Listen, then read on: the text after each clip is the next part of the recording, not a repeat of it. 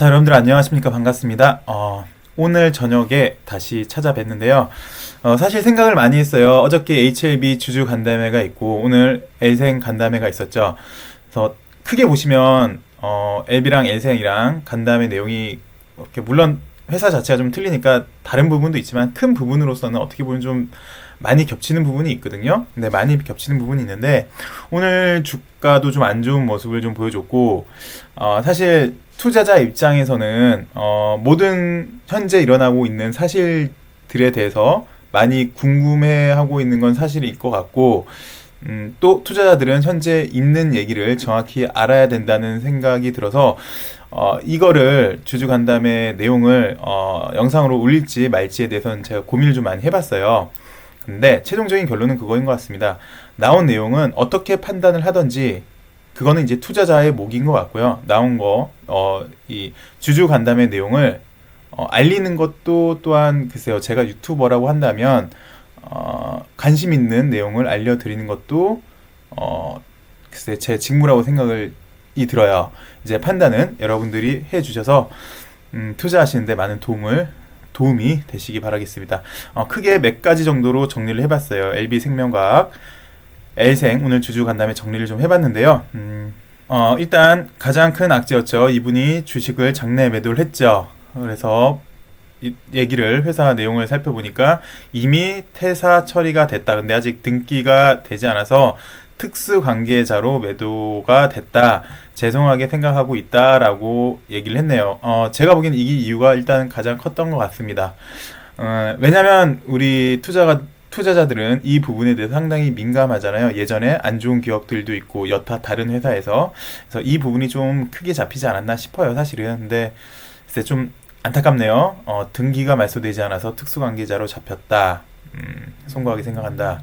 일단 이미 오늘 이거에 대해서는 주가에서 반영을 한 것 같고 글쎄요 뭐 이것 때문에만 그랬다면 해프닝으로 끝날 가능성은 많이 있겠죠. 그래서 일단 이거는 어느 정도 마무리된 것 같습니다.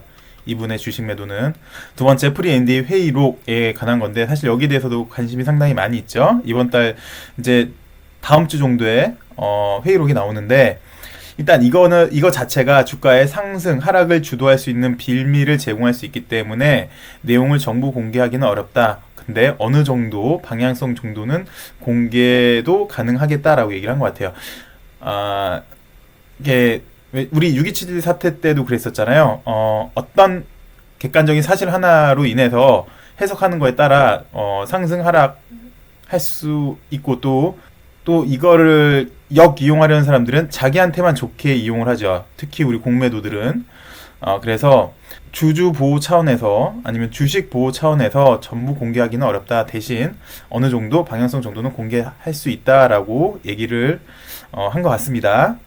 그리고 제가 얘기 중에 좀 죄송한데 제가 이렇게 영상이 그러니까 제가 좀 말이 많아서 설명이 길어져서 매일매일 우리 자산 우리가 지킵시다. 대차해지 운동 꼭 좀 해주시고 최소한 못해도 2달에 한 번 정도는 증권회사에서 전화해서 대차해지 꼭 해주세요 라고 얘기를 하던가 아니면 우리 상한가 매도 운동 꼭 하시죠. 우리 자산 우리가 지킵시다 라고 얘기를 했어야 되는데 제가 이틀 동안 못했어요. 지나고 나고 보니까 주가가 빠지고 나서 보니까 우리는 그 사람들한테 빌미를 제공한 거였죠. 제가 죄송해요. 제가 매일매일 말씀드린다는 걸 말씀 못 드렸는데 내일은 우리 다시 상한가 매도 운동 꼭 합시다. 우리 자산 우리가 지킵시다. 저런 사람들한테 빌미를 주면 안 돼요. 어쨌든. 그 다음에 제조 공장에 대해서도 L생에서는 얘기가 많이 있었죠. 일단 이것도 예전에 인터뷰에서 나왔던 내용이긴 해요. L생은 제약 공장 인수를 위해 국내에 6개 업체를 후보로 선정 검토하였으나 등등등의 조건에 부합하지 않아서 추가적으로 알아보고 있음. 그리고 또 추가로 한다면 지난번 얘기 때는 M&A도 인수합병도 고려하고 있지 않다고 그렇게 인터뷰는 하긴 했었어요. 그래서 당장 NDA 신청이 타임라인상의 일정 문제로 캐나다와 업체로 진행하고 있지만 L생에서 준비가 되는 대로 생산, 제조를 진행할 예정이다. 향후 공장의 규모에 따라 공급 규모가 결정될 계획이다 라고 얘기를 했네요. 뭐 다 아실 것 같아요. 제조 공장에 대해서는 지금 당장은 L생에서 여건이 되지 않아서 못하지만 뭐 나중에는 L생에서 하겠다라고 그렇게 인식을 하시면 될 것 같습니다. 자, 네 번째 L생의 권리 및 유동성에 관한 건데요. 일단 리보세라닙의 한국 독점권은 HLB 생명과학이 갖고 있습니다. 그 다음에 일본이랑 유럽의 부분적인 권리를 갖고 있고요. 한국에서에 대한 독점권 플러스 일본과 유럽에 대한 부분적인 권리를 보유하고 있고요. 그다음에 이제 재무 건전성에 대해서 얘기를 해주고 있는데요. 현금성 자산 이만큼, 그다음에 상각 합병 대가로 이만큼 받았죠. 플러스 HLB 증권 이만큼 등이 있어서 이 정도의 유동성을 확보하고 있습니다. 다음 좀 많이 궁금해하시는 상각 합병으로 인한 혜택을 말하는 거예요. 엘생도 엘리바 지분을 보유하고 있었잖아요. 근데 그 보유하고 있던 지분을 LB한테 밀어줬죠. 그래서 어떤 혜택을 볼 수 있느냐라고 했더니 엘생은 상각합병으로 투자 이익, 상장사 주식 보유로 인해 회계 면에서 유리하다. 쉽게 말해서 엘리바는 비상장 회사였는데 HLB 엘리바 주식은 보유하고 있으면 비상장 회사여서 회계 처리상 불합리한 게 있지요. 그런데 HLB 같은 경우는 그러니까 엘생이 HLB 주식을 갖고 있으면 상장사 주식을 보유하고 있는 투자 자산으로 부여하고 있는 거겠죠. 그래서 회계 처리가 비상장이랑 상장이랑은 딱딱 구분이 되잖아요. 그래서 회계적인 면, 그다음에 또 아무래도 상장사를 갖고 있으면은 자금 유통을 할 수 있는 면에서 유리하겠죠. 그렇게 일단 첫 번째 혜택으로 보고 있고요. 유상증자 대금은 대부분 보유하고 있으며 자금의 효율성을 최대한 높일 수 있다는 방법으로 집행할 예정입니다. 라고 얘기를 했습니다. 그 다음 여러분들이 많이 궁금해하시는 일본 에로 관련입니다.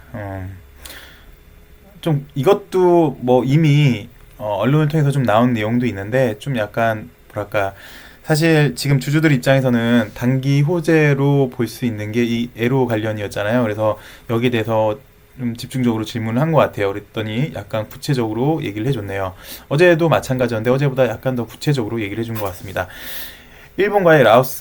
일본과의 라이센스 아웃은 알려진 한 개의 업체, 야쿠 땡땡, 그 다음에 다른 유럽 업체, 타 땡땡, 다 아실 거예요. 등 두 개 업체와 최종적인 협상이 진행 중에 있다. 6.27 사태 이후 전체 데이터 공개 시까지 중단되었다가 다시 현재는 협상이 진행 중에 있다.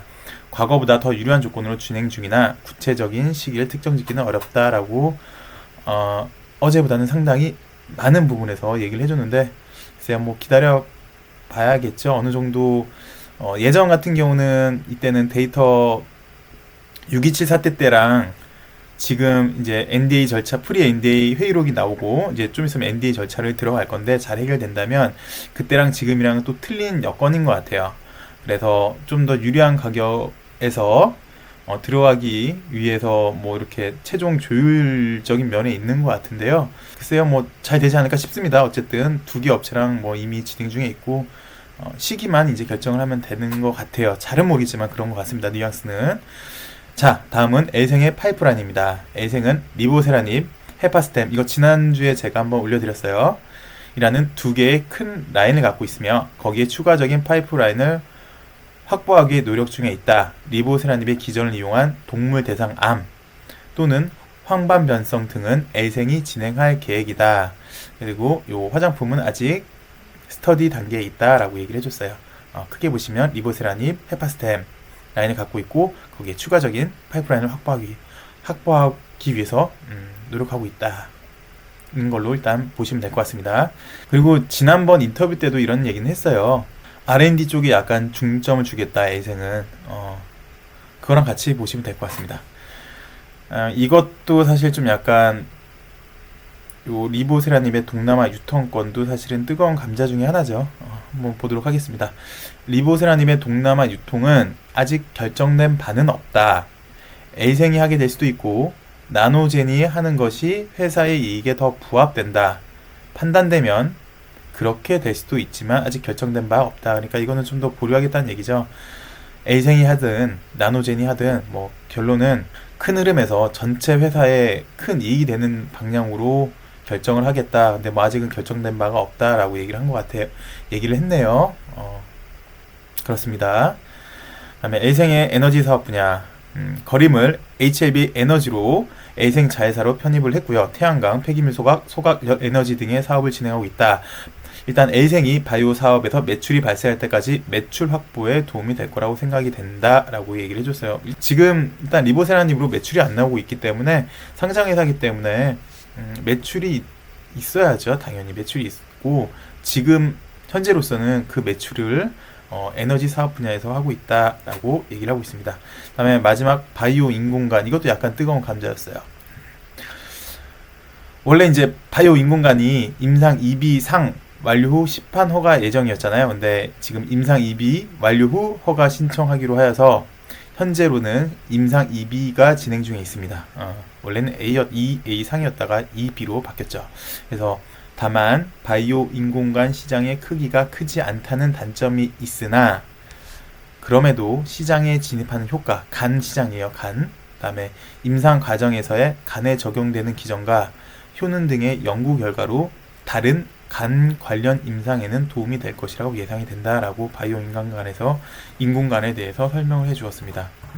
이렇게 크게 10가지 정도로 오늘 HLB 생명과학에 있었던 주주 간담회 내용이었고, 그 외의 부분은 어저께 HLB 주주 간담회랑 좀 많이 겹치는 부분이 있어서 일단 과감하게 생략을 했는데요.